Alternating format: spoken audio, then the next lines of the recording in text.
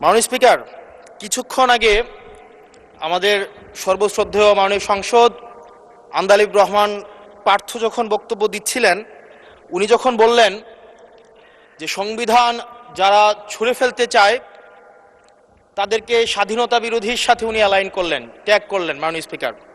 এবং তখন ট্রেজারি বেঞ্চের সম্মানিত মাননীয় মন্ত্রী যারা ছিলেন তারা সেটাকে টেবিল চাপড়িয়ে সেটাকে সমর্থন দিলেন। মাননীয় স্পিকার, গণতন্ত্রের জন্য যিনি আপোষহীন লড়াই করে গিয়েছেন বেগম জিয়া, উনি বলেছিলেন যেদিন জনতার সরকার প্রতিষ্ঠিত হবে, যেদিন এই পার্লামেন্ট জনতার সরকারের কাছে যাবে, এদিন এই সংবিধানকে ছুঁড়ে ফেলা হবে। ট্রেজারি বেঞ্চের যে মন্ত্রীরা ছিলেন তারা দীর্ঘদিন, তাদের সারা জীবন তারা বেগম জিয়ার সাথে রাজনীতি করেছেন। এই সংবিধান ছুঁড়ে ফেলার সাথে স্বাধীনতা যুদ্ধাপরাধীর অ্যালাইন করার যেটার হাততালি তারা দিয়েছেন, সেটির মধ্য দিয়ে বেগম জিয়াকে তারা মূলত অপমান করেছেন কিনা তারা সেটা ভেবে দেখবেন। মাননীয় স্পিকার, আমি বক্তব্য দেওয়ার জন্য অনেক কিছু রেডি করে নিয়ে এসেছিলাম। আমরা, আইনমন্ত্রী বলেছেন রুশু পড়ার জন্য, তারপরে হবস পড়ার জন্য, মদিনা সনদ পড়ার জন্য পড়েছিলাম, কিন্তু আন্দালিব রহমান পার্থ সাহেব যে বক্তব্য দিয়েছেন, আমরা ক্লাস 8-9-এ যে ডিবেট করতাম সেটি রিভার্টাল দিলে 20 মিনিট সময় লাগবে। মাননীয় স্পিকার, আমি ওনার বক্তব্যের রিভার্টাল দিচ্ছি। উনি বলেছেন যে আমি কোট করছি, উনি বলেছেন ৭২-এর সংবিধানের কিছু কিছু বিষয়কে ওনারা সম্মান দিয়েছেন। তার মানে কিছু কিছু বিষয়কে ওনারা সম্মান দেয় নাই। তার মানে এই অভ্যুত্থানের পরে এই সংবিধানের কিছু অংশ ওনারা মেনেছেন, কিছু অংশ ওনারা মানেন নাই।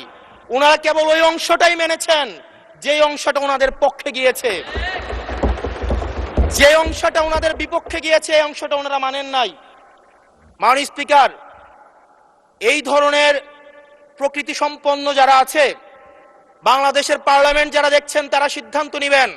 যারা কখনো কখনো কনফরমিস্ট, যারা কখনো কখনো রিফর্মিস্ট, তারা মূলত অপরচুনিস্ট। এখন আমি সংবিধানের কিছু কিছু ধারা মানব, কিছু কিছু ধারা মানব না। আমি কখনো কখনো সাংবিধানিক, কখনো কখনো আমি অসাংবিধানিক। মাননীয় স্পিকার, যখন ডক্ট্রিন অফ নেসেসিটির প্রশ্ন আসে, মাননীয় স্পিকার, এই এক্সিস্টিং সংবিধান অনুযায়ী যখন 7A এবং 7B বলবৎ থাকে, সেই জায়গা থেকে আইনজ্ঞরা, মাননীয় স্বরাষ্ট্রমন্ত্রী উনি থাকলে ভালো হতো।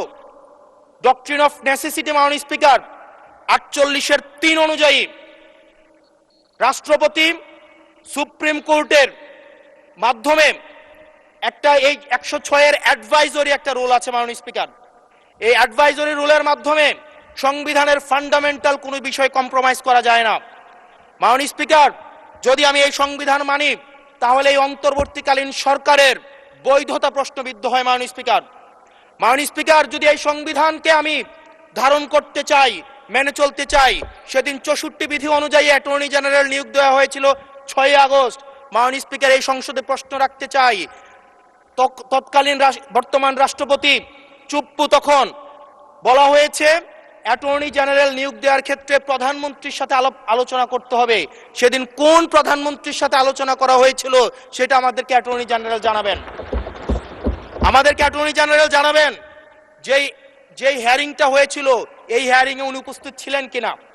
তখনকার সময় যিনি প্রধান বিচারপতি ছিলেন ওবায়দুল হক, তিনি তখন কোথায় ছিলেন, সেই রায়ের কপিটা আমরা দেখতে চাই। মাননীয় স্পিকার, মাননীয় স্পিকার, আপনি যখন বেগম জিয়াকে 6 আগস্ট সর্বপ্রথম ছাত্র জনতা যখন সিদ্ধান্ত নিয়েছিল আর এক মুহূর্ত বেগম জিয়াকে কারাগারে থাকতে দিবে না, বেগম জিয়াকে রাষ্ট্রপতির আদেশের মধ্য দিয়ে বেগম জিয়াকে সেদিনই কারাগার থেকে যেই জুলুমের মধ্যে রাখা হয়েছিল সেটা থেকে ছাত্র জনতার রায়ের মধ্য দিয়ে সেখান থেকে বের করে আনা হয়েছিল। মাননীয় স্পিকার, যদি এই সংবিধানকে বাইবেল ধরে নেই, এই সংবিধানকে যদি গসপেল ধরে নেই, এই গসপেলের পুরোহিত অনুযায়ী যেভাবে ভ্যাটিকান সিটি চলে সেটা যদি আমরা ধরে নেই, তাহলে মাননীয় স্পিকার সেদিন বেগম জিয়া জেল থেকে বের হতে পারেন না। মাননীয় স্পিকার সেদিন বেগম জিয়া জেল থেকে বের হয়েছিল অভ্যুত্থানের জনরায়ের ভিত্তিতে। মাননীয় স্পিকার আপনারা বলছেন আপনারা ঠিক সেই জায়গায় আপনারা সংবিধানকে আপনারা মানছেন যেই জায়গায় সংবিধান থেকে আপনারা বেনিফিটেড হবেন। মাননীয় স্পিকার গ্রামের ভাষায় কথা আছে, বলতে চাই না, যে গাং পার হইলে মাঝি কোন দুলা ভাই। ছাত্ররা আপনাদের নেতা কর্মীরা গত 17 বছর ধান খেতে ঘুমাইতে হয়েছে, ত্যাগ তিতিক্ষার মধ্য দিয়ে যেতে হয়েছে। মহাসচিব কান্না করে বলেছে তাদের নেতা কর্মীরা ঢাকায় এসে রিক্সা চালিয়ে জীবন নির্বাহ করত।